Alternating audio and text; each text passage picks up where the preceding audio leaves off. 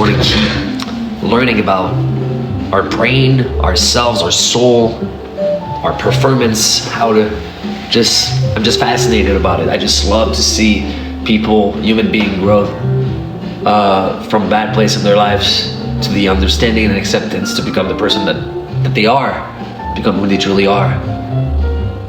That's what I want. That's what I like. And we all have some bad things. We all did bad things. I mean, it's just to listen, and listen to people, listen to yourself. I mean, I think that's one of the worst thing that we do to the worst thing that we do to ourselves is that we're not truly listening to ourselves. We're trying to make ourselves understand things for no reason.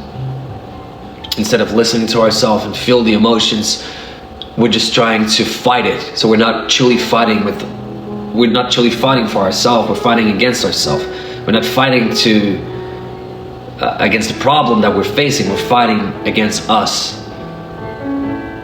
And that's what we all do, and that's what people in relationships do as well. They're not fighting for the relationship, they're fighting against each other. They're comparing. It's like a war. It's like ping pong playing.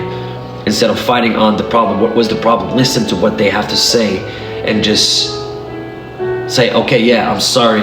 I understand, and I acknowledge the fact that what I did there was wrong for you. And that made me feel this way, and then I act like this. And blah, blah, blah, blah, blah, blah. That there's always something. It's against the problem. Everything is against the problem, but we like to put in ourselves because we love to live in a victimization world, because our ego loves it. Our ego is a personality that we've built over the years. The personality that we've been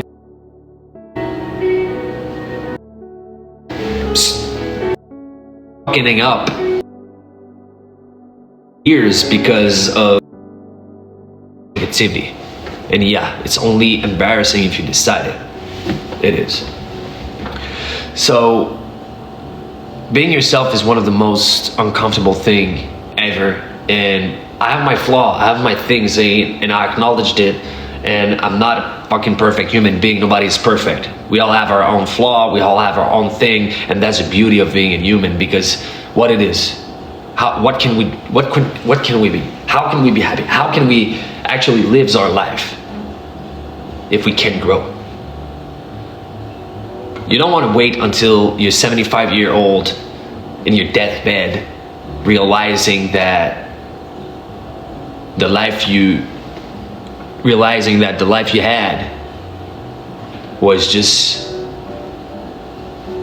a fucking mess, instead of living the life that you were meant to.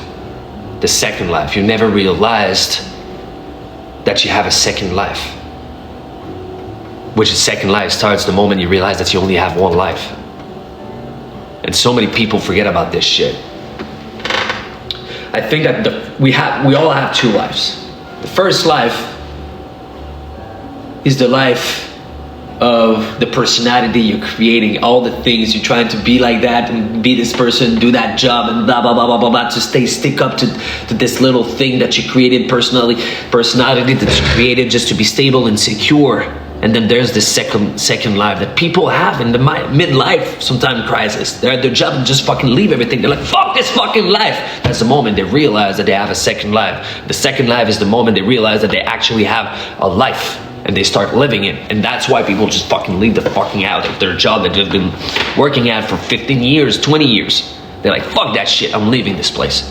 And they start living, and they're risking. Living is to risk. It's growth.